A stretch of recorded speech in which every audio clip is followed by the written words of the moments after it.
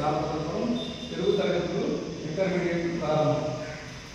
వేమన పద్యం సరిగ్గా అనగనగరాగమతి సయిల్లుచునుండు, అనగనగరాగమతి సయిల్లుచునుండు, ఎనగ తినగవేము తీయనుండు, సాధనమున పనులు సమకూరు ధరలోన, సాధనమున పనులు సమకూరు ధరలోన, విశ్వదాభిరామ విరురవేమ, విశ్వదాభిరామ విరురవేమ. రాగం మాటి మాటికి పాడుతూ ఉంటే అది మనకి కర్ణానికి, మన చెవులకి ఇంపుగా మధురంగా వినిపిస్తూ ఉంటుంది. అలాగే వ్యాపారం చేతి కదా అని ఒకటి ఆకులు నోట్లో పెట్టుకుంటే కాదు, అలాగ ఒక 4 ఆకులు 5 ఆకులు 10 ఆకులు అలాగ నవ్వినప్పుడు కాసేపటికి నోరు ఏము ఆ వ్యాపారం మర్చిపోయి ఈ తీగా ఉండడం ప్రారంభిస్తూ ఉంటుంది. అంటే కష్టం అనేది సుఖంగా మారుతుందని నేను అర్థం.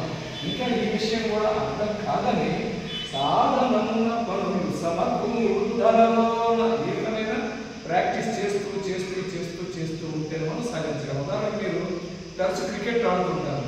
అనేక సందర్భాల్లో గ్రౌండ్లో క్రికెట్ ఆడుతూ ఉండడం వల్ల మీకు నైపుణ్యం పెరిగి బౌండరీస్ ఎలా చేయాలా, 6 ఎలా చేయాలా, అలాగే రన్స్ ఎలా తీయాలి, ఈ విషయాలన్నీ మాటికి మీరు ఆటల పోటీల్లోని తరచూ మనం గ్రౌండ్లో మనం పోటీ చేసినప్పుడు ఆటలో మనం ఎంత ఎక్కువ సేవలు ఆడితే బ్యాడ్మింటన్ కానీ, టెన్నిస్ కానీ, ఖోఖో కానీ, ఆ విధంగానే మన నిత్య జీవితంలో కూడా సాధించవలసిన దాని గురించి ఎక్కువ సాధన చేయాలి. ఏ పని మనకు కావాలో, విద్యార్థికి ఒక లెక్కలు రావాలనుకోండి, ఆ లెక్కను 10 సార్లు చేయాలి. తెలుగు రావాలనుకోండి, ఆ పద్యాన్ని 10 సార్లు చదవాలి. ఓ బొమ్మ బాగా గీయడం రావాలనుకోండి, ఆ బొమ్మను 10 సార్లు గీయాలి. అలాగే ఒక పనిని మాటికి తరచూ చేస్తూ ఉన్నట్లయితే ఆ పని చేయడంలో సమర్థత, ఆ పని చేయడంలో మనకు భాగస్వామ్యం మనకు లభిస్తూ ఉంటుంది అన్నమాట.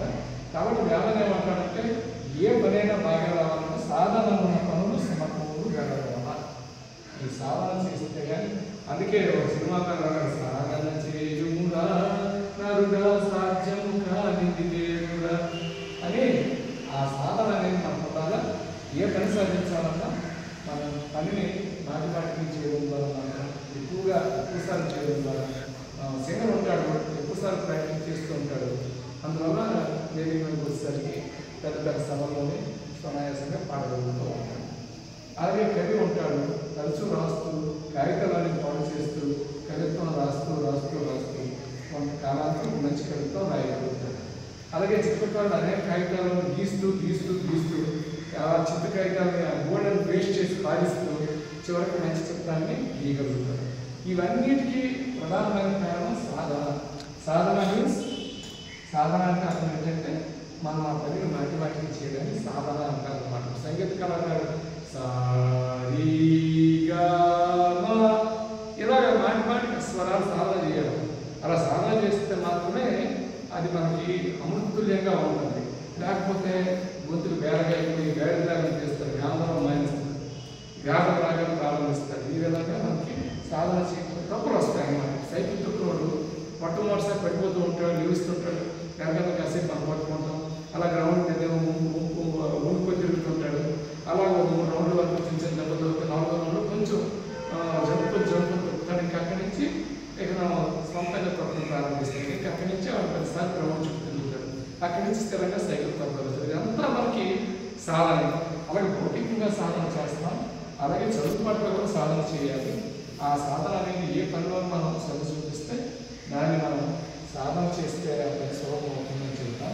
మనం విద్య నేర్చుకోవడానికి ప్రధానమైన విషయం సాధన.